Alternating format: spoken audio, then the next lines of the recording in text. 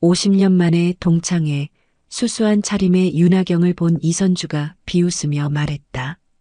하경아, 넌 정말 변한 게 없다. 여전히 촌스럽네. 법원에서 일한다고? 아, 공무원이구나. 월급 많이 적겠네. 김세영이 아내 어깨를 감싸며 무시하듯 덧붙였다. 우리 와이프도 공무원 할 뻔했는데 결혼하면서 그만뒀죠. 하경은 조용히 물을 마시며 모든 조롱을 묵묵히 견뎠다. 50년 만에 나타난 가난했던 동창, 성공한 친구들의 잔인한 조롱과 멸시가 쏟아진다. 모든 것을 잃은 절망의 순간 그들이 자랑하던 의사와 대기업 임원 남편들이 그녀를 보자마자 재판장님을 외치며 무릎을 꿇는다. 부장판사님, 그녀의 진짜 정체가 드러나자 법정은 얼어붙고 비굴한 사과가 쏟아지지만 이미 늦었다. 가장 높은 곳에서 가장 낮은 곳으로 오만했던 이들에게 내려지는 통쾌하고 처절한 심판이 시작된다. 서울 동부지방법원의 이른 아침은 언제나 엄숙했습니다. 새벽 안개가 법원 건물을 감싸고 있는 가운데 정문을 통과하는 사람들의 발걸음 소리만이 고요함을 깨뜨리고 있었죠. 아직 해가 완전히 뜨기 전이라 건물 전체가 깊은 정적에 잠겨 있었습니다. 윤하경은 68배 나이에도 불구하고 매일 새벽 6시에 일어나 7시 정각에 법원에 도착했습니다. 30년 넘게 이어온 습관이었죠. 검은색 정장에 단정하게 빗어넘긴 머리, 그리고 흔들림 없는 걸음걸이. 하경의 모습에서는 세월이 쌓아올린 위엄과 품격이 느껴졌습니다. 윤 부장판사님, 오늘도 일찍 오셨네요. 경비원이 깍듯하게 인사를 건넸습니다. 하경은 고개를 끄덕이며 미소를 지었죠. 그녀의 미소는 따뜻했지만 어딘지 모르게 거리감이 있었습니다. 오랜 법관 생활이 만들어낸 절제된 감정 표현이었죠. 판사실로 향하는 복도에서 하경은 젊은 판사들과 마주쳤습니다. 그들은 하경을 보며 자연스럽게 허리를 숙였습니다. 부장판사님, 안녕하십니다. 수고들 많아요. 하경의 목소리는 낮고 차분했지만 그 안에는 누구도 감히 무시할 수 없는 권위가 서려 있었습니다. 젊은 판사들은 그녀 앞에서 자연스럽게 긴장하게 되었죠.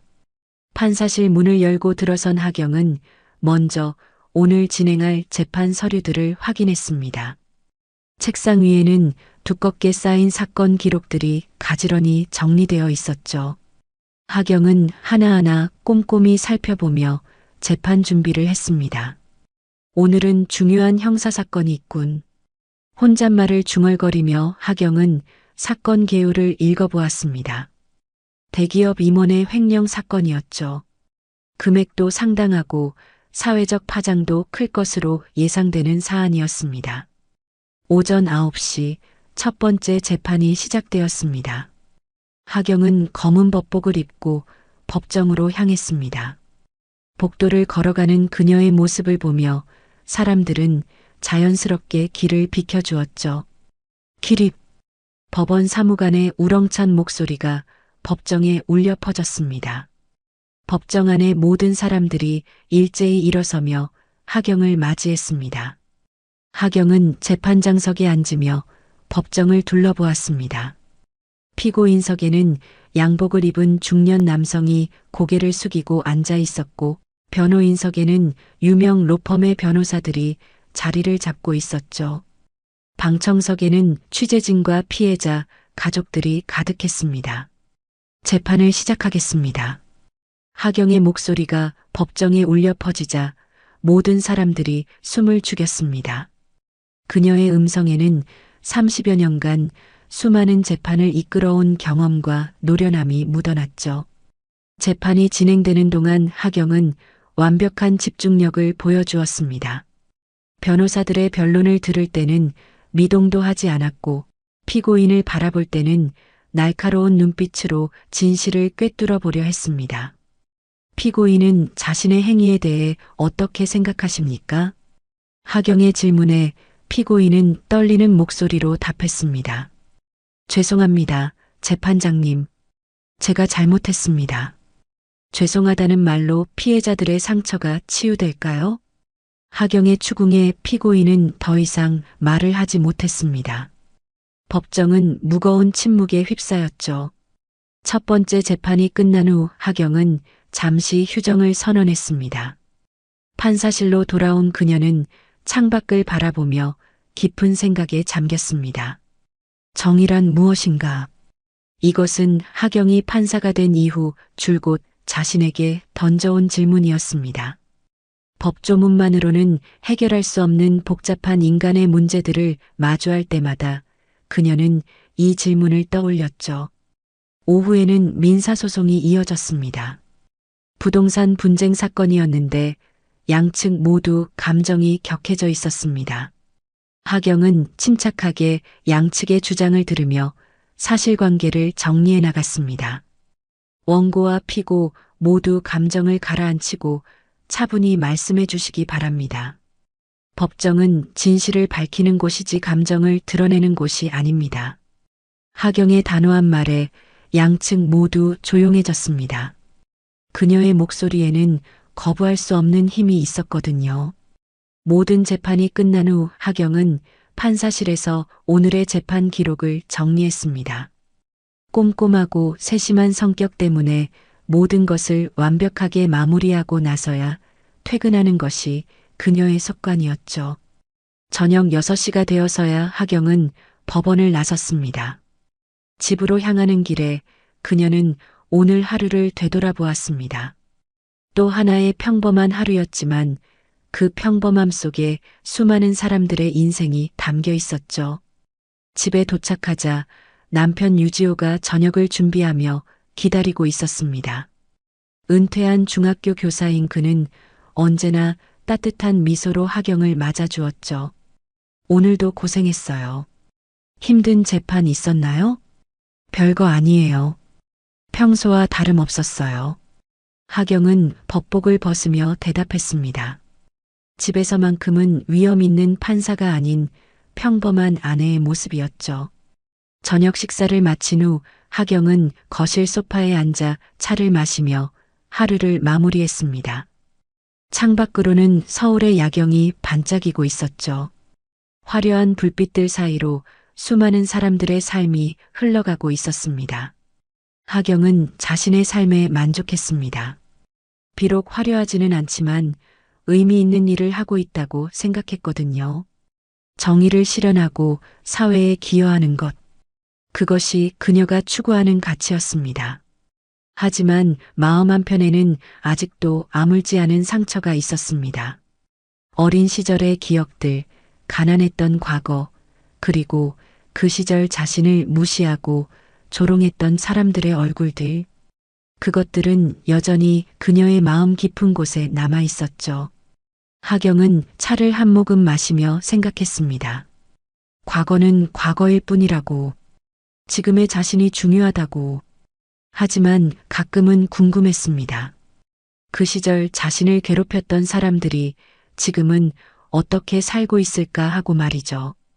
그날 밤 하경은 좀처럼 잠들지 못했습니다. 과거의 기억들이 파도처럼 밀려왔거든요. 그녀는 침대에 누워 천장을 바라보며 오래전 묻어두었던 상처들을 다시 꺼내어 보았습니다. 윤하경의 어린 시절은 가난이라는 두 글자로 요약될 수 있었습니다. 아버지는 그녀가 7살 때 교통사고로 세상을 떠나셨고 어머니는 홀로 딸을 키우기 위해 온갖 일을 다 했습니다. 식당 설거지부터 청소, 공장 야간 근무까지. 어머니의 손은 늘 거칠었고 얼굴은 지쳐 있었죠. 하경이 살던 곳은 서울 외곽의 낡은 연립주택 반지하였습니다. 햇볕이 제대로 들지 않아 여름에는 곰팡이가 피어났고 겨울에는 외풍에 몸을 떨어야 했습니다. 보일러도 제대로 나오지 않아 이불을 뒤집어 쓰고 공부하는 날이 많았죠. 초등학교 시절부터 하경은 다른 아이들과 달랐습니다. 새 옷을 입고 예쁜 가방을 든 친구들 사이에서 그녀만 선배들이 물려준 낡은 옷을 입었거든요. 도시락도 늘 김치볶음밥이나 계란말이 정도가 전부였습니다. 하경아, 너 도시락 맨날 똑같다. 우리 엄마는 새우튀김이랑 불고기도 싸주는데. 아이들의 말에 하경은 부끄러워서 도시락을 가리고 먹곤 했습니다. 하지만 어머니가 새벽에 일어나 만들어주신 음식이라는 것을 알기에 투정 부릴 수도 없었죠. 중학교에 올라가면서 상황은 더욱 어려워졌습니다. 교복비, 교재비, 급식비까지 모든 것이 돈이었습니다. 어머니는 밤낮 없이 일했지만 생활은 나아지지 않았죠. 엄마, 미안해요. 제가 공부 안 할게요. 어느 날 하경이 말했습니다. 어머니의 고생스러운 모습을 더 이상 볼 수 없었거든요. 무슨 소리야? 공부가 우리가 이 가난에서 벗어날 유일한 길이야. 어머니는 거친 손으로 하경의 머리를 쓰다듬으며 말했습니다. 엄마는 괜찮아. 너만 열심히 해주면 돼. 그 말을 들은 하경은 더욱 독하게 공부하기 시작했습니다. 교과서를 몇 번이고 읽었고 도서관에서 밤늦게까지 공부했습니다. 돈이 없어 학원을 다닐 수 없었지만 혼자서도 충분히 할 수 있다고 믿었거든요. 고등학교는 집 근처의 서울여자고등학교에 진학했습니다. 그곳에서 하경은 이선주를 만나게 되었죠. 이선주는 반에서 가장 인기 많은 학생이었습니다. 예쁘고 집도 부유하고 성격도 밝았거든요. 늘 무리의 중심에 있었죠. 반면 하경은 늘 구석에 혼자 앉아 있었습니다. 낡은 교복에 해진 가방, 그리고 수줍은 성격까지 이선주의 무리에 끼기에는 모든 것이 부족했거든요. 야, 윤하경. 너 점심 또 혼자 먹을 거야? 이선주가 놀리듯 말했습니다. 주변 아이들이 키득거리며 웃었죠. 우리랑 같이 먹을래? 대신 내가 사. 돈이 없어서. 하경이 작은 목소리로 말하자 이선주는 과장되게 웃었습니다. 역시 가난하긴. 그럼 우리 도시락 찌꺼기라도 얻어먹을래? 그 말에 하경의 얼굴이 빨갛게 달아올랐습니다. 하지만 아무 말도 할 수 없었죠. 정말로 가난했으니까요. 가장 아팠던 기억은 고2 때 수학여행이었습니다. 모든 아이들이 들떠서 여행 준비를 할 때 하경은 참가비를 내지 못해 학교에 남아야 했습니다. 하경아, 너 정말 안 가? 평생에 한 번뿐인데. 담임 선생님이 안타까워하며 물었지만 하경은 고개를 저을 수밖에 없었습니다. 수학여행 당일 하경은 텅 빈 교실에 혼자 앉아 있었습니다. 창밖으로는 관광버스가 떠나는 모습이 보였죠. 이선주가 창문 너머로 하경을 발견하고는 손을 흔들며 외쳤습니다. 하경아, 우리 없는 동안 교실 잘 지켜. 공부나 열심히 해. 그 순간 하경은 주먹을 꽉 쥐었습니다. 언젠가는 이 모든 굴욕을 갚아주겠다고 다짐했죠. 가난은 죄가 아니야. 하지만 가난한 채로 머물러 있는 건 내가 선택할 수 있는 거야. 하경은 혼자 중얼거렸습니다. 그날부터 그녀는 더욱 미친 듯이 공부했습니다. 새벽 5시에 일어나 밤 12시까지 책상에 앉아 있었죠. 고3이 되면서 하경의 성적은 전교 1등을 유지했습니다. 그러자 이선주의 태도가 묘하게 바뀌기 시작했습니다. 하경아, 너 혹시 서울대 갈 거야? 모르겠어. 해보는 거지 뭐. 와, 대단하다. 우리 반에 서울대생이 나올 줄이야.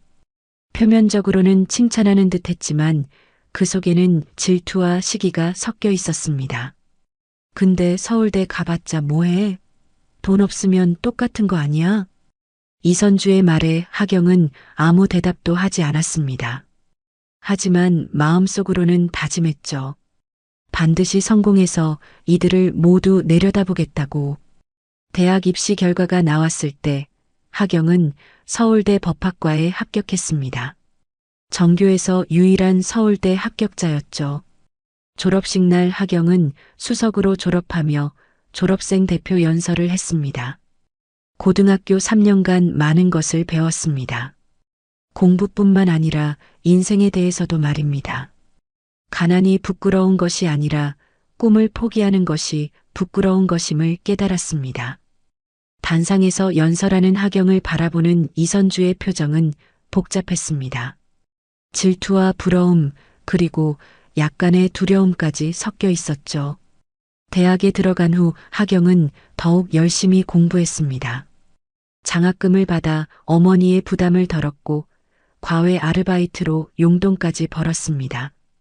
그리고 마침내 사법고시에 합격해 판사가 되었죠. 판사가 된 후의 삶은 안정적이었습니다. 좋은 남편도 만났고 사회적으로도 인정받는 위치에 올랐습니다. 하지만 여전히 마음 한편에는 과거의 상처가 남아 있었죠. 특히 이선주와 그 무리들에 대한 기억은 쉽게 지워지지 않았습니다. 그들이 자신을 얼마나 무시하고 조롱했는지, 그때의 굴욕감이 얼마나 컸는지를 잊을 수 없었거든요.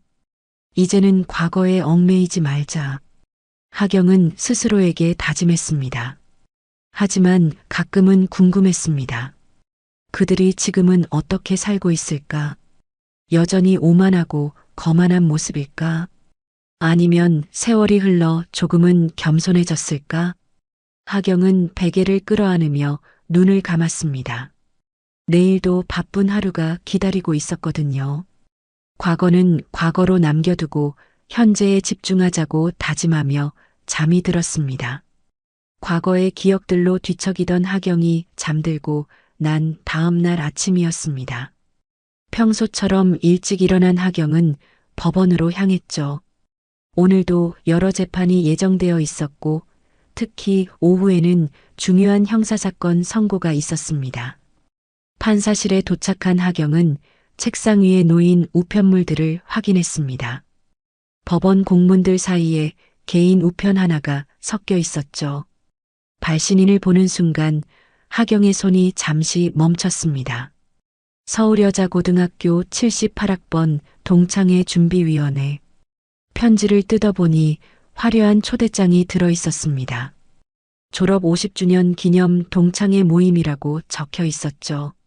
장소는 강남의 고급 호텔, 시간은 다음 주 토요일 저녁이었습니다. 주최자 명단을 보니 이선주의 이름이 가장 위에 적혀 있었습니다. 동창회 회장 이선주라고 굵은 글씨로 되어 있었죠. 하경은 초대장을 내려다보며 복잡한 기분이 들었습니다. 50년이나 됐구나. 하경은 혼잣말을 중얼거렸습니다. 그동안 단 한 번도 동창회에 참석한 적이 없었거든요. 굳이 과거의 사람들을 만날 이유를 찾지 못했었죠. 특히 이선주와 그 무리들을 다시 마주하고 싶지 않았습니다. 하지만 이번에는 왠지 다른 기분이 들었습니다. 어젯밤 과거를 되돌아보며 느꼈던 감정들이 아직 마음에 남아 있었거든요. 이제는 자신이 당당해졌으니 한 번쯤 그들을 만나봐도 괜찮을 것 같았습니다. 점심시간이 되자 하경은 남편에게 전화를 걸었습니다. 여보, 고등학교 동창회 초대장이 왔어요. 정말요? 몇 년 만인지 모르겠네요. 가보실 거예요? 유지호의 목소리에서 약간의 걱정이 느껴졌습니다. 하경이 고등학교 시절에 대해 별로 좋은 기억이 없다는 것을 알고 있었거든요. 글쎄요. 아직 확실하지 않아요. 좀 더 생각해 볼게요. 사실 하경의 마음은 이미 기울어지고 있었습니다. 호기심이 생겼거든요. 그들이 지금은 어떻게 살고 있을지, 여전히 그때처럼 오만할지 궁금했습니다. 오후 재판을 마친 후 하경은 다시 초대장을 꺼내 보았습니다. 초대장 뒷면에는 참석자 명단이 적혀 있었죠. 익숙한 이름들이 눈에 들어왔습니다. 이선주, 김미영, 박소혜, 정은희. 모두 그때 이선주 무리에 속해 있던 아이들이었습니다. 그들이 지금은 어떤 모습일까요? 결혼은 했을까요? 자녀는 있을까요? 하경은 인터넷을 켜고 이선주를 검색해 봤습니다. 검색 결과에는 성형외과 원장 부인이라는 글이 나왔죠. 사진도 몇 장 있었는데 여전히 화려하게 치장한 모습이었습니다. 다른 동창들도 검색해 봤습니다. 대부분 의사나 사업가의 아내로 살고 있는 것 같았죠. SNS 사진들을 보니 모두 부유해 보였습니다. 명품 가방에 고급 레스토랑, 해외여행 사진들까지. 여전히 그렇게 살고 있구나. 하경은 씁쓸한 미소를 지었습니다. 그들은 결혼을 통해 안정된 삶을 얻었고 자신은 노력을 통해 이 자리까지 올라왔죠. 어떤 것이 더 가치 있는 삶일까요? 그날 저녁집에 돌아온 하경은 남편과 함께 저녁을 먹으며 동창회 이야기를 꺼냈습니다. 여보, 동창회에 가보려고 해요. 정말요? 갑자기 왜 마음이 바뀌셨어요? 그냥 궁금해져서요. 그 사람들이 지금은 어떻게 살고 있는지. 유지호는 아내의 표정을 유심히 살펴봤습니다. 하경의 눈에는 묘한 감정이 서려 있었죠. 좋은 시간이 되었으면 좋겠어요. 하지만 너무 기대는 하지 마세요. 사람이 그렇게 쉽게 변하지는 않거든요. 남편의 조언에 하경은 고개를 끄덕였습니다. 그래도 가보고 싶었어요. 이제는 자신이 달라졌으니까요. 다음 날 하경은 동창회 참석 의사를 전했습니다. 이선주에게서 바로 답장이 왔죠. 하경이, 정말 올 거야? 너무 반가워. 우리 모두 얼마나 기다렸는데. 판사님이 오신다니까 다들 긴장하고 있어. 문자를 읽으며 하경은 미묘한 기분이 들었습니다.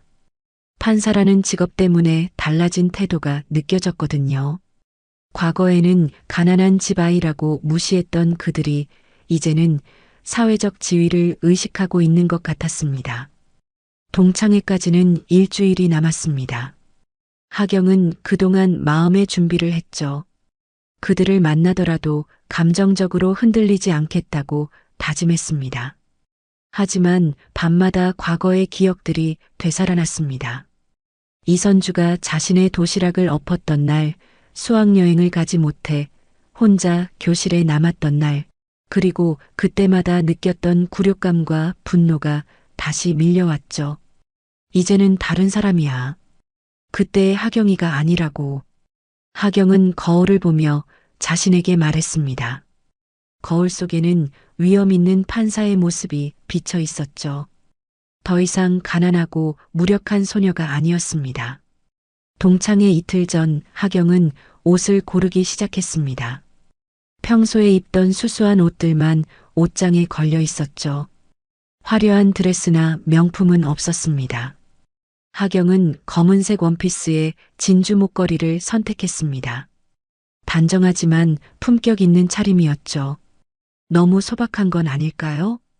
거울을 보며 하경이 혼잣말을 하자 남편이 다가왔습니다. 당신다워서 좋은데요. 진짜 품격은 옷에서 나오는 게 아니잖아요. 그래도 그 사람들은 다 화려하게 하고 올 텐데요. 그럼 더 대조가 되어서 좋죠. 당신의 진짜 모습을 보여주세요. 남편의 격려에 하경은 마음을 다잡았습니다. 자신은 자신만의 방식으로 살아왔으니까요. 동창회 전날 밤 하경은 잠들기 전에 마지막으로 다짐했습니다. 내일은 복수하러 가는 게 아니야. 그냥 옛 친구들을 만나러 가는 거야. 하지만 만약 그들이 여전히 그때처럼 나를 무시한다면. 하경의 눈에 차가운 빛이 스쳤습니다. 이제는 예전의 무력한 소녀가 아니었거든요. 그들이 함부로 할 수 있는 상대가 아니라는 것을 보여줄 시간이 온 것 같았습니다. 다음 날 아침 하경은 평소보다 일찍 일어나 동창회 준비를 시작했습니다. 오늘 저녁이면 50년 만에 그들과 다시 만나게 될 것입니다. 과연 어떤 일이 일어날까요? 동창회 당일 저녁 하경은 강남의 고급 호텔 앞에 서 있었습니다. 화려한 조명이 비치는 호텔 로비를 바라보며 잠시 망설였죠. 마음 한편에서는 아직도 돌아가고 싶다는 생각이 들었거든요. 하지만 하경은 깊게 숨을 들이쉬고 호텔 안으로 들어섰습니다. 로비에는 이미 몇몇 동창들이 와 있었죠. 모두들 화려한 옷차림에 명품 가방을 들고 있었습니다. 어머, 저기 누구지? 하경을 본 동창들이 수군거렸습니다. 50년이라는 세월이 흘렀지만 하경의 수수한 차림새는 여전히 눈에 띄었거든요. 검은색 원피스에 작은 핸드백, 그리고 화려함과는 거리가 먼 모습이었습니다. 혹시 윤하경 아니야? 한 동창이 조심스럽게 물었습니다. 하경은 고개를 끄덕이며 미소를 지었죠. 맞아. 오랜만이야. 어머, 정말 하경이네. 근데 너 지금 뭐해? 직장 다니고 있어. 하경은 구체적으로 말하지 않았습니다. 굳이 자신의 직업을 자세히 밝힐 필요를 느끼지 못했거든요. 연회장으로 들어서자 더 많은 동창들이 와 있었습니다. 모두들 나이가 들었지만 여전히 화려하게 치장하고 있었죠. 하경은 조용히 구석 자리를 찾아 앉았습니다. 어머, 윤하경 왔네? 이선주가 하경을 발견하고는 주변 사람들과 수군거렸습니다. 이선주는 머리부터 발끝까지 명품으로 치장하고 있었죠. 샤넬 수트에 에르메스 가방, 그리고 번쩍이는 다이아몬드 액세서리까지. 쟤 진짜 안 변했네. 여전히 촌스러워. 결혼은 했으려나? 저런 차림으로 봐서는 별로일 것 같은데. 동창들의 품평이 이어졌습니다. 하경은 들리는 척하지 않고 조용히 물을 마셨죠. 한참 후에야 이선주가 하경에게 다가왔습니다. 하경아, 정말 오랜만이야. 와줘서 고마워. 겉으로는 반갑다고 했지만 표정은 그렇지 않았습니다. 위아래로 하경을 훑어보는 시선이 노골적이었거든요. 선주야, 오랜만이야. 별로 변한 게 없네. 하경의 차분한 인사에 이선주는 어색하게 웃었습니다. 하경이는 정말 그대로네. 지금 뭐하고 살아? 결혼은 했고? 결혼했어. 남편은 교사였고 지금은 은퇴했어. 나는 그냥 직장 다니고 있고. 아, 그래. 어디서? 공무원인가? 법원에서 일해. 하경의 대답에 이선주는 아하며 고개를 끄덕였습니다. 법원 사무직 정도로 생각한 것 같았죠. 그래도 안정적이긴 하겠네. 요즘 취업하기도 힘든데. 이선주의 말투에는 은근한 우월감이 섞여 있었습니다. 주변 동창들도 하나둘씩 모여들기 시작했죠. 여러분, 우리 반 전교 1등 윤하경이에요. 지금은 법원에서 일하고 있대요. 사람들이 모여들었지만 반응은 시큰둥했습니다. 하경의 수수한 차림새만 보고도 대충 짐작이 간다는 표정이었거든요. 법원 공무원이구나. 그래도 찰밥통이니까 좋겠네. 월급은 좀 적겠지만 안정적이잖아. 은근히 무시하는 듯한 말들이 오갔습니다. 하경은 아무 말 없이 그들의 대화를 들었죠. 그때 이선주의 남편 김세영이 들어왔습니다. 성형외과 원장인 그는 비싼 정장을 입고 당당하게 걸어왔죠. 여보, 늦어서 미안해. 수술이 길어져서. 김세영은 아내에게 키스를 하고는 주변을 둘러봤습니다. 하경을 보더니 별 관심 없다는 듯 시선을 돌렸죠. 여보, 이분이 우리 반 전교 1등 했던 윤하경이야. 지금은 법원에서 일하고 있어. 이선주의 소개에 김세영은 대충 고개만 끄덕였습니다. 아, 그래요? 공무원 생활 어때요? 건성으로 묻는 김세영에게 하경은 간단히 답했습니다. 나름 의미 있는 일이라고 생각해요. 그렇겠네요. 우리 와이프도 공무원 할 뻔했는데 결혼하면서 그만뒀어요. 지금은 취미로 자원봉사나 하고 있죠. 김세영의 말에는 묘한 우월감이 섞여 있었습니다. 시간이 흐르면서 동창들의 대화는 자연스럽게 자랑 경연으로 흘러갔습니다. 우리 남편은 이번에 병원을 하나 더 냈어요. 저희는 작년에 강남에 빌딩 샀어요. 우리 아들은 미국에서 의사하고 있어요. 하경은 묵묵히 그들의 이야기를 들었습니다. 자신에게 대화를 돌리려는 사람은 아무도 없었죠. 하경아, 넌 자식은 있어? 마지못해 누군가가 물었습니다. 없어요. 아, 그래. 좀 외롭겠다. 우리는 다들 자식들 키우느라 정신없거든. 시큰둥한 반응이었습니다. 아이도 없고 남편도 그저 교사인 하경에게는 별로 관심이 없다는 표정이었죠. 그런데 하경아, 법원에서 구체적으로 뭐해? 민원 접수 같은 거? 이선주가 비아냥거리듯 물었습니다. 여러 가지 일을 해요. 하경은 모호하게 답했습니다. 굳이 자세히 설명할 필요를 느끼지 못했거든요. 점점 하경을 소외시키는 분위기가 되었습니다. 대화에서 자연스럽게 배제하고 농담을 할 때도 하경만 빼고 웃었죠. 요즘 젊은 공무원들은 정말 똑똑해. 우리 때와는 차원이 다르지. 누군가의 말에 모두들 고개를 끄덕였습니다. 은근히 하경을 겨냥한 말이었죠.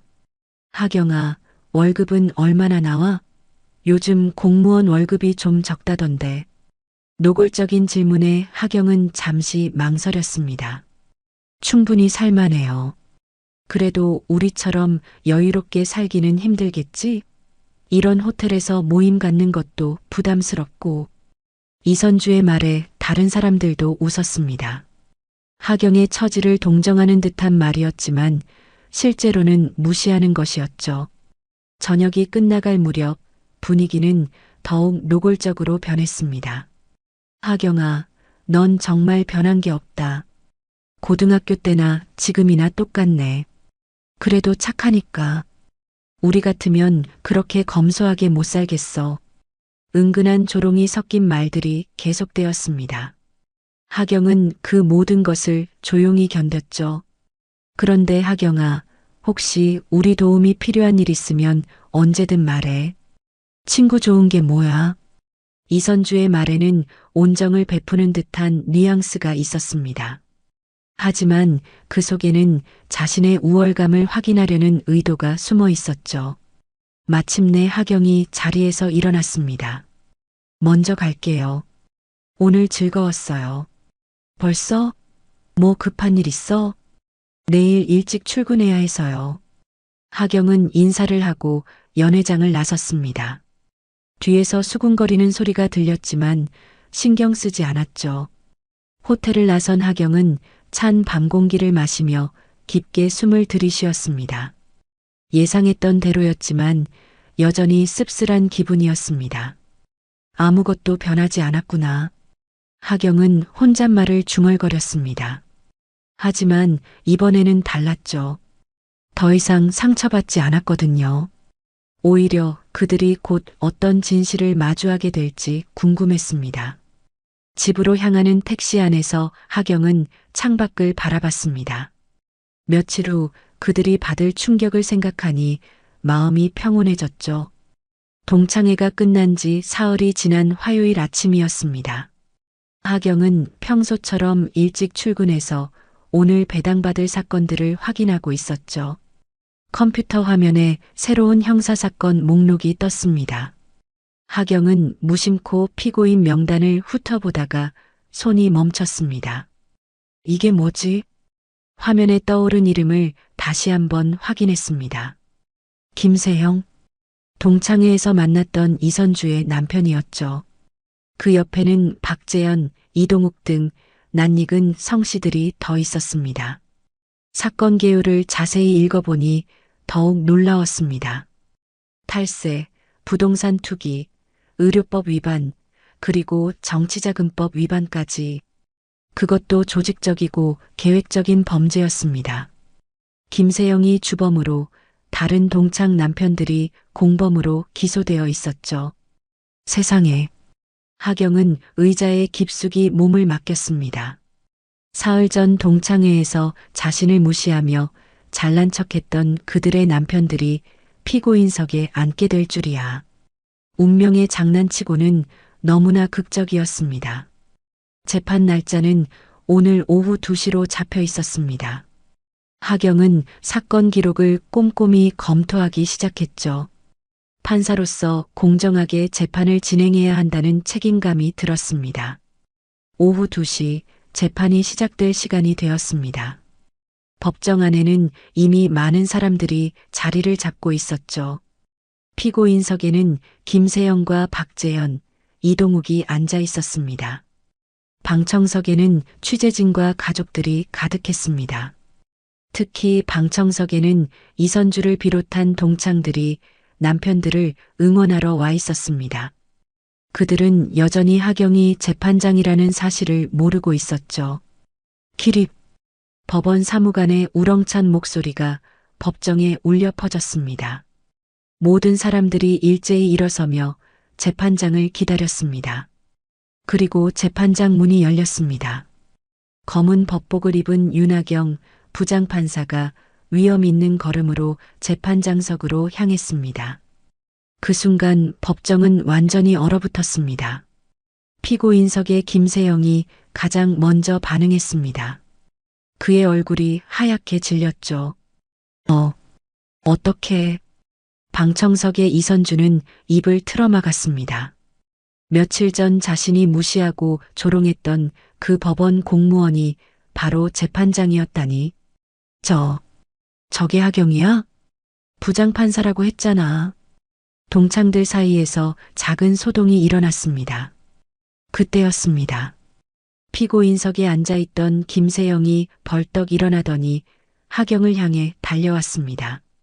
재판장님, 그는 하경 앞에서 무릎을 꿇으며 외쳤습니다. 재판장님, 정말 죄송합니다. 그때 저희가 몰랐습니다. 뒤이어 박재현도 황급히 따라와 무릎을 꿇었습니다. 재판장님, 저희가 정말 잘못했습니다.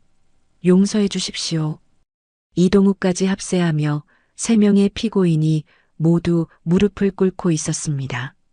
재판장님, 동창회에서 저희가 무례했습니다. 정말 몰랐습니다. 법정은 완전한 혼란에 빠졌습니다. 방청석의 동창들은 경악했고 취재진들은 급히 카메라를 돌렸죠. 정숙하시기 바랍니다. 피고인들은 자리로 돌아가십시오. 하경의 차가운 목소리가 법정에 울려 퍼졌습니다. 하지만 피고인들은 여전히 무릎을 꿇고 있었죠. 재판장님, 정말 용서해 주십시오.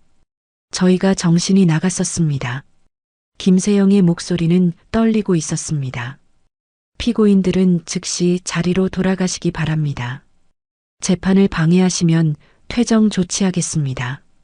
하경의 단호한 말에 피고인들은 어쩔 수 없이 자리로 돌아갔습니다. 하지만 여전히 공포에 질린 표정이었죠. 방청석의 이선주는 얼굴이 하얗게 질려 있었습니다. 며칠 전 자신이 하경에게 했던 말들이 하나하나 떠올랐거든요. 재판을 시작하겠습니다. 하경은 재판장석에 앉으며 법정을 둘러봤습니다. 모든 사람들의 시선이 자신에게 집중되어 있었죠. 피고인 김세영, 박재현, 이동욱. 기소 내용을 확인하겠습니다. 하경이 기소장을 읽기 시작하자 피고인들은 더욱 초조해했습니다. 자신들의 운명이 자신들이 무시했던 그 여자의 손에 달려 있다는 것을 깨달았거든요. 김세영은 식은땀을 흘리며 변호사를 바라봤습니다. 하지만 변호사도 이런 상황은 처음이라 어찌할 바를 모르고 있었죠. 피고인 김세영, 기소 내용에 대해 어떻게 생각하십니까? 하경의 질문에 김세영은 떨리는 목소리로 답했습니다. 재판장님, 저는 정말 잘못했습니다. 기소 내용에 대한 답변을 해주시기 바랍니다. 하경은 냉정하게 재판을 진행했습니다. 개인적인 감정은 전혀 드러내지 않았죠. 증거 자료들이 제시되었습니다. 김세영의 불법 의료행위 증거, 탈세 관련 서류, 그리고 부동산 투기 증거들까지 모든 것이 명확했죠. 방청석의 동창들은 충격에서 헤어나오지 못했습니다. 그들이 그토록 무시했던 하경이 이렇게 높은 자리에 있다니 믿을 수가 없었거든요. 저희가 정말 잘못했습니다. 재판장님. 중간중간 피고인들이 사과하려 했지만 하경은 묵묵히 재판을 진행했습니다. 재판이 끝날 무렵 김세영이 다시 한번 일어섰습니다. 재판장님, 마지막으로 한 말씀만 드리게 해주십시오. 저희가 정말 잘못했습니다. 동창회에서 정말 죄송합니다. 하경은 그를 바라보며 조용히 말했습니다. 재판은 개인적인 감정과는 별개입니다. 오직 법과 증거에 따라 진행됩니다. 그 말이 떨어지자 법정은 다시 조용해졌습니다. 하경의 말에는 어떤 감정도 없었지만 그것이 오히려 더 무서웠죠. 재판이 끝나고 하경이 법정을 나가자 방청석에 앉아있던 동창들은 어쩔 줄 몰라 했습니다. 그들의 세계가 완전히 뒤바뀐 것이었거든요.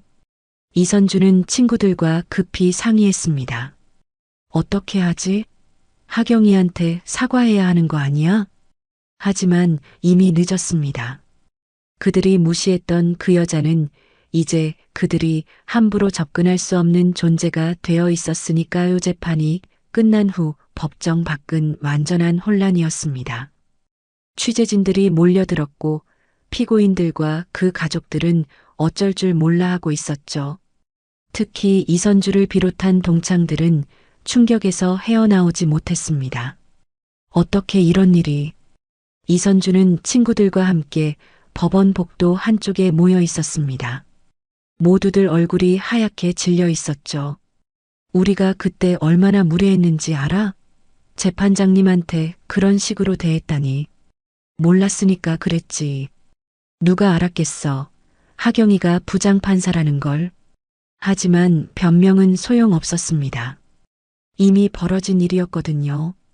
그때 김세영이 변호사와 함께 복도로 나왔습니다. 그의 얼굴은 완전히 절망에 빠져 있었죠. 여보. 이선주가 달려가 남편을 붙잡았습니다.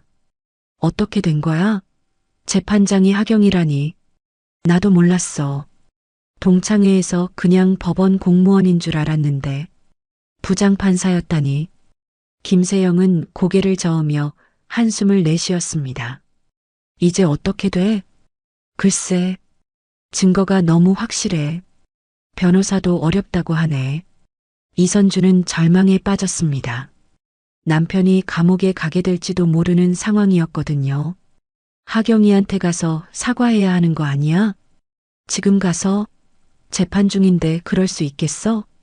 그래도 뭔가 해야지. 이선주는 친구들과 상의했지만 뾰족한 수가 없었습니다. 하경은 이제 그들이 함부로 접근할 수 있는 상대가 아니었거든요. 한편 하경은 판사실로 돌아와 오늘 재판을 정리하고 있었습니다. 피고인들이 무릎을 꿇고 사과했던 장면이 계속 머릿속에 맴돌았죠. 사실 하경도 그런 상황은 예상하지 못했습니다. 재판장으로서 공정하게 진행하려 했는데 개인적인 관계가 개입되어 버린 것이었죠. 똑똑. 문을 두드리는 소리가 들렸습니다. 들어오세요. 문이 열리고 법원 사무관이 들어왔습니다. 부장판사님, 피고인 측에서 면담 요청이 들어왔습니다. 면담요? 네, 김세영 피고인이 개인적으로 뵙고 싶다고 합니다. 하경은 잠시 고민했습니다. 재판 중인 피고인과의 개인 면담은 적절하지 않았거든요. 정중히 거절해 주세요. 재판 중에는 불가능하다고 전해 주세요. 알겠습니다. 사무관이 나간 후 하경은 창밖을 바라봤습니다. 과거의 기억들이 파도처럼 밀려왔죠. 고등학교 시절 이선주 무리에게 당했던 모든 굴욕이 선명하게 떠올랐습니다. 하지만 이제 하경은 복수를 원하지 않았습니다.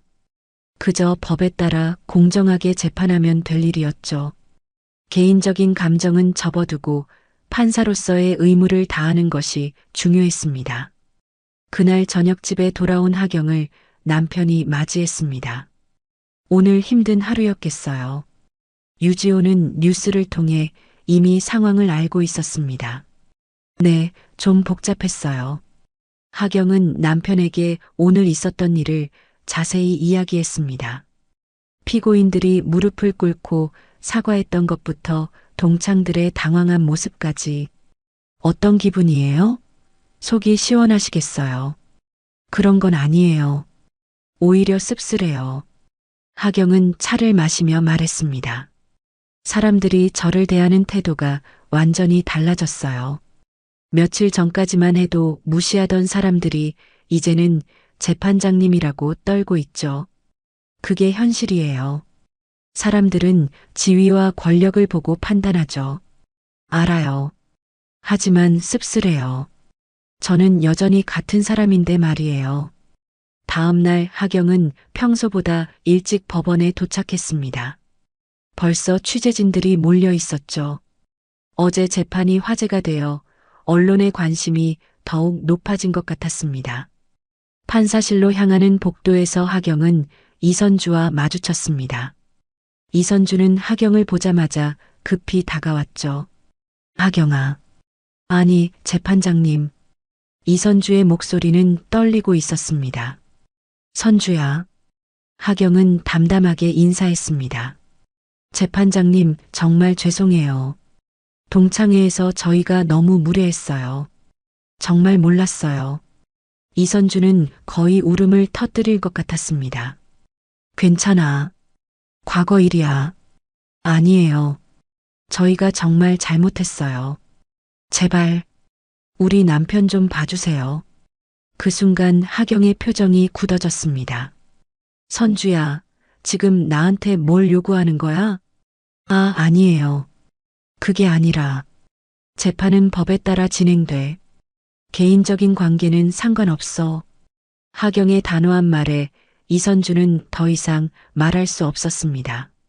그리고 앞으로는 재판과 관련된 개인적인 접촉은 하지 마. 이해해. 하경은 그렇게 말하고 판사실로 들어갔습니다. 이선주는 복도에 혼자 남겨져 절망에 빠졌죠. 오후에 열린 두 번째 재판에서 분위기는 더욱 무거웠습니다. 피고인들은 완전히 위축되어 있었고 방청석의 동창들도 조용히 앉아 있었죠. 증거조사를 계속하겠습니다. 하경은 어제와 마찬가지로 냉정하게 재판을 진행했습니다. 새로운 증거들이 제시되었고 피고인들의 죄상은 더욱 명확해졌죠. 김세영은 중간중간 하경을 바라보며 애원하는 눈빛을 보냈지만 하경은 전혀 개의치 않았습니다. 오직 법과 증거에만 집중했죠. 오늘 재판은 여기서 마치겠습니다. 다음 재판은 내일 오후 2시에 하겠습니다. 재판이 끝나고 사람들이 빠져나가는 동안 방청석에 앉아있던 동창들은 서로를 바라보며 한숨만 내쉬었습니다. 이제 어떻게 하지? 하경이가 완전히 달라졌어. 예전 같으면 정도 있었을 텐데. 당연하지. 이제 부장판사인데.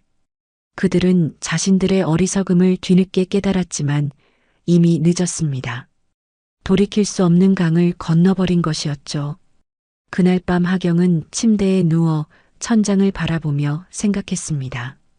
복수는 달콤하다고 했지만 정작 겪어보니 그렇지 않았습니다. 오히려 공허하고 씁쓸했죠. 하지만 이것이 정의였습니다. 법 앞에는 모두가 평등하고 과거의 관계는 상관없었거든요. 하경은 그 원칙을 지키기로 다짐했습니다. 선고 공판일이 다가왔습니다.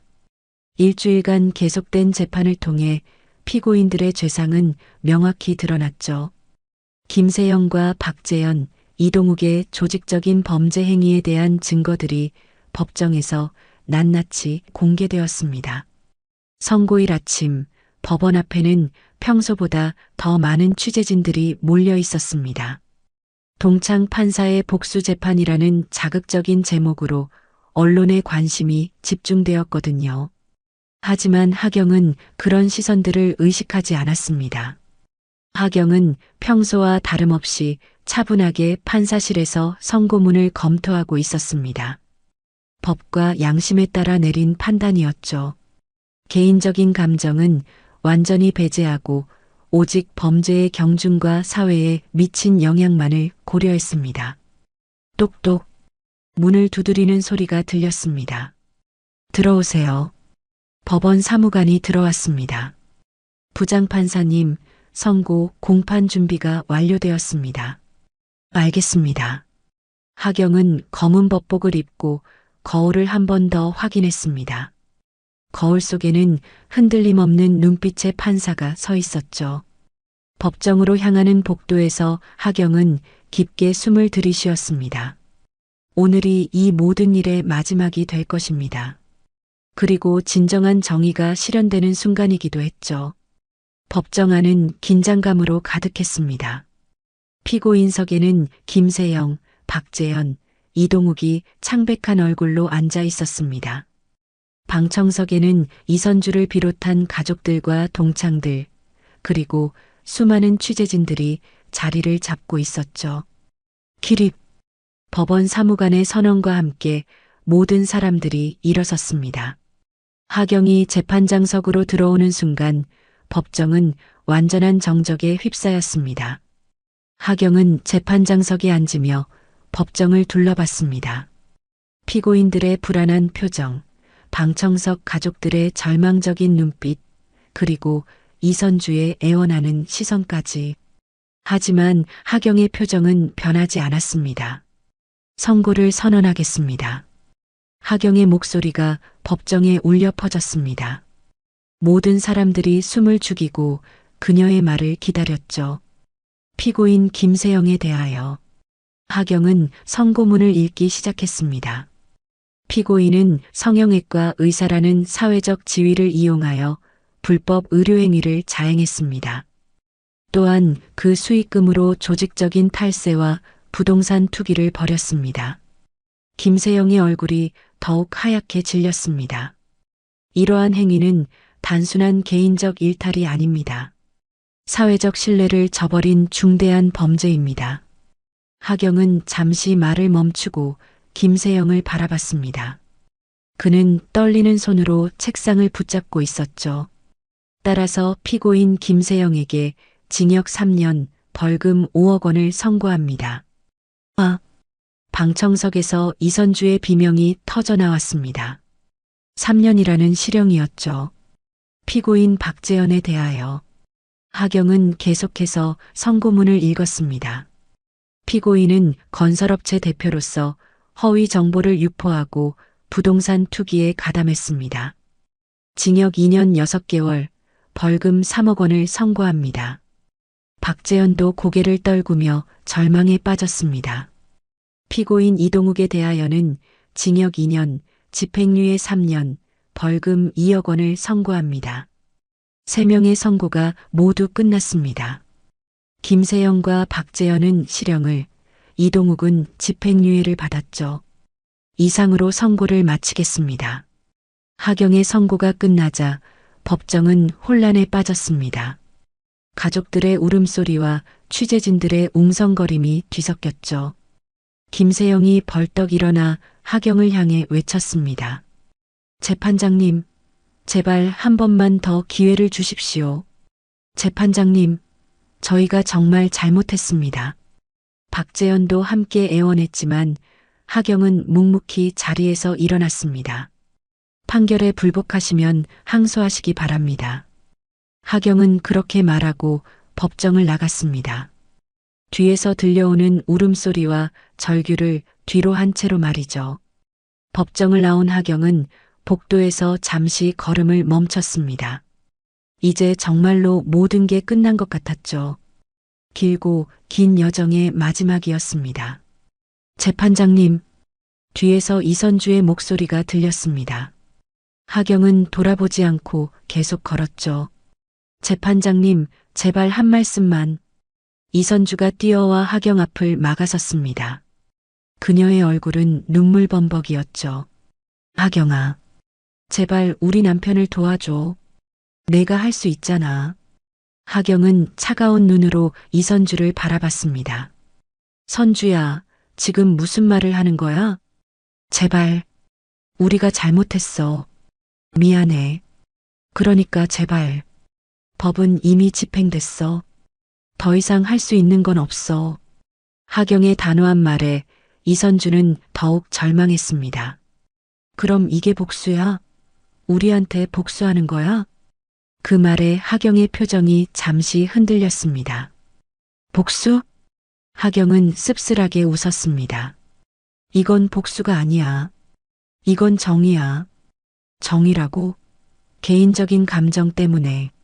개인적인 감정? 하경의 목소리가 차가워졌습니다. 선주야, 난 판사야. 법에 따라 판결했을 뿐이야. 내 남편이 저지른 죄에 대한 정당한 처벌이었어. 이선주는 더 이상 할 말이 없었습니다. 하경의 말이 맞았거든요. 그리고 말이야. 하경은 이선주를 똑바로 바라보며 말했습니다. 만약 정말로 내가 복수를 원했다면 내가 지금 느끼는 그 절망감을 나는 수십 년간 느꼈어.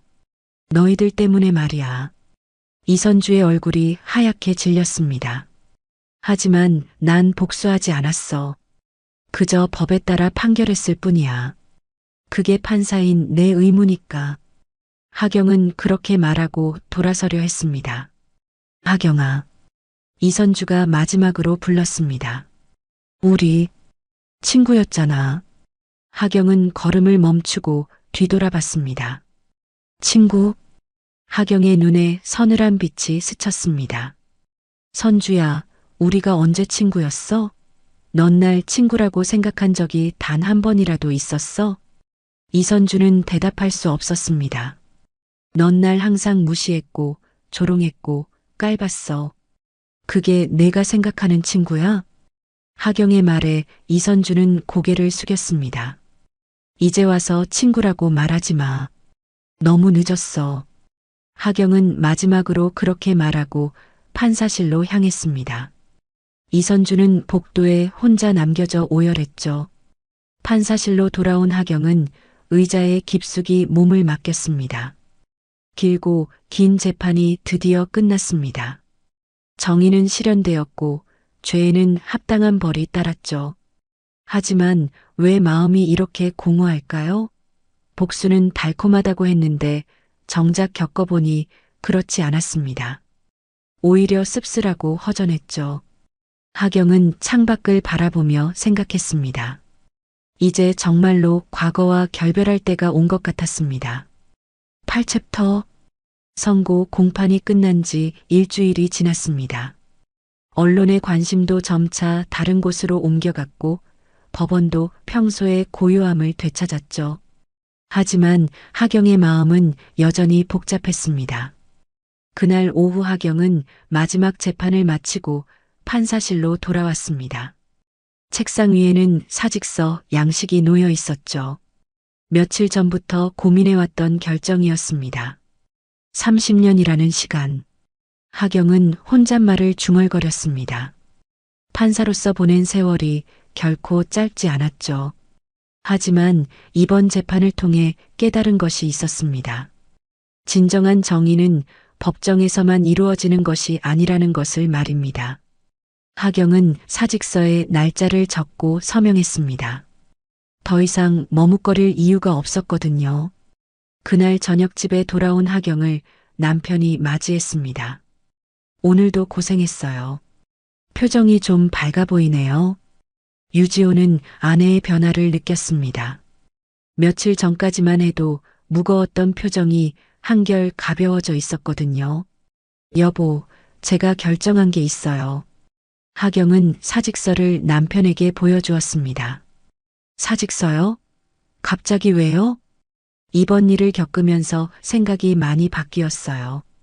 진정한 도움이 필요한 사람들을 위해 일하고 싶어요. 유지호는 아내의 결심을 읽었습니다.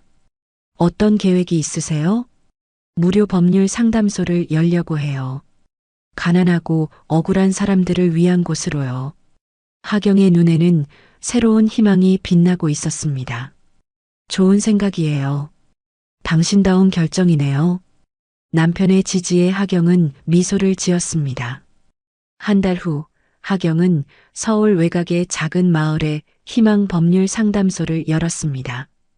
화려하지는 않았지만 따뜻하고 아늑한 공간이었죠. 가난한 사람들도 부담 없이 찾아올 수 있는 곳이었습니다. 첫 번째 상담자는 중년 여성이었습니다. 남편의 사업 실패로 빚에 쫓기고 있다는 이야기였죠. 선생님, 저 같은 사람도 도움받을 수 있을까요? 여성의 목소리에는 절망이 배어 있었습니다. 물론이죠.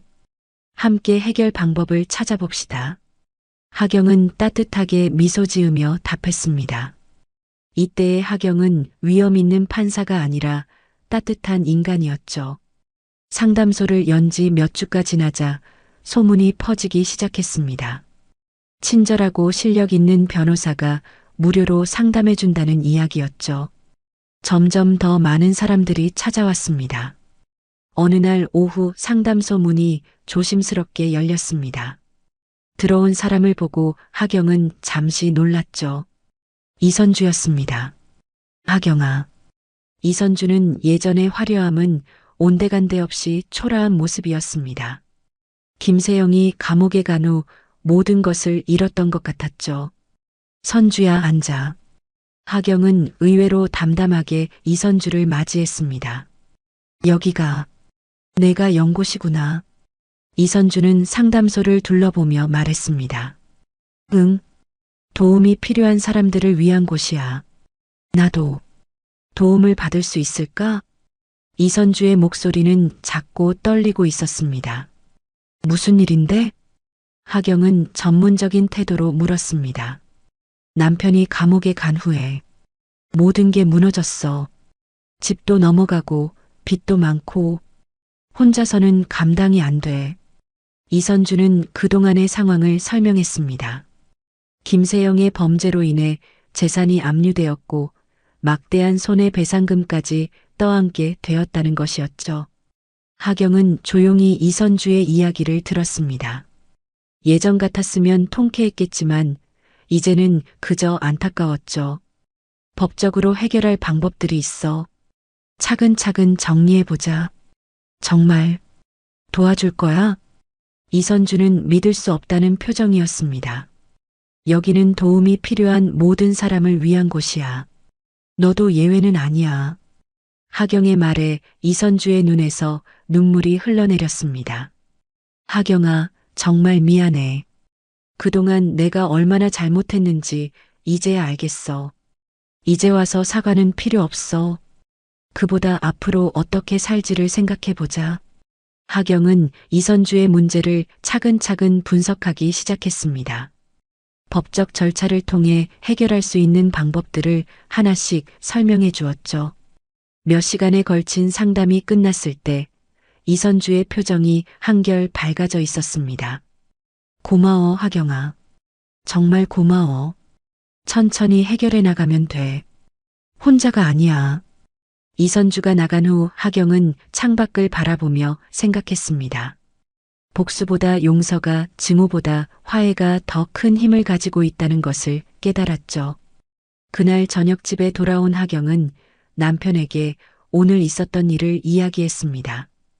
이선주가 왔다고요? 어떤 기분이었어요? 처음에는 좀 놀랐죠. 하지만 이제는 괜찮아요. 오히려 도울 수 있어서 다행이었어요. 정말 대단해요. 그렇게 너그러워질 수 있다니. 시간이 약이었나 봐요. 그리고 깨달았어요. 진정한 승리는 상대를 무너뜨리는 게 아니라 스스로 더 나은 사람이 되는 거라는 거요. 몇 달이 지나자 상담소는 지역의 중요한 기관이 되었습니다. 하경의 소문을 듣고 멀리서도 사람들이 찾아왔죠. 그 중에는 과거에 하경을 무시했던 다른 동창들도 있었습니다. 하지만 하경은 모든 사람을 똑같이 도와주었습니다. 과거의 관계와 상관없이 도움이 필요한 모든 사람에게 손을 내밀었죠. 이선주도 정기적으로 상담소를 찾았습니다. 법적 문제들이 하나씩 해결되면서 그녀의 삶도 조금씩 안정을 찾아갔죠. 하경아, 나도 뭔가 도울 일이 없을까? 어느 날 이선주가 물었습니다. 정말이야? 응. 나도 뭔가 의미 있는 일을 하고 싶어. 하경은 잠시 생각하더니 미소를 지었습니다. 그럼 상담소 일을 도와줄래? 봉사활동으로. 정말 내가 해도 될까? 물론이야. 함께 하자. 그렇게 이선주는 상담소에서 봉사활동을 시작했습니다. 처음에는 서툴렀지만 점차 일에 익숙해져 갔죠. 1년 후 상담소는 더욱 확장되었습니다. 여러 명의 변호사들이 자원봉사로 참여했고 이선주도 정식 직원이 되었습니다. 하경아, 고마워. 어느 날 저녁 이선주가 말했습니다. 뭐가? 나한테 새로운 삶을 주어서 복수할 수도 있었는데 오히려 구원해줘서. 하경은 고개를 저었습니다. 내가 구원한 게 아니야. 내가 스스로 변한 거야. 두 사람은 함께 상담소 문을 닫고 집으로 향했습니다. 과거의 원수였던 두 사람이 이제는 같은 목표를 향해 함께 일하는 동료가 되어 있었죠. 하경은 하늘을 올려다보며 생각했습니다. 진정한 정의는 복수가 아니라 용서와 화해에서 나온다는 것을, 그리고 가장 큰 승리는 원수마저도 친구로 만드는 것이라는 걸 말이죠. 어둠이 내린 거리를 걸어가는 두 사람의 뒷모습이 따뜻했습니다. 과거의 상처를 딛고 새로운 희망을 향해 나아가는 모습이었죠.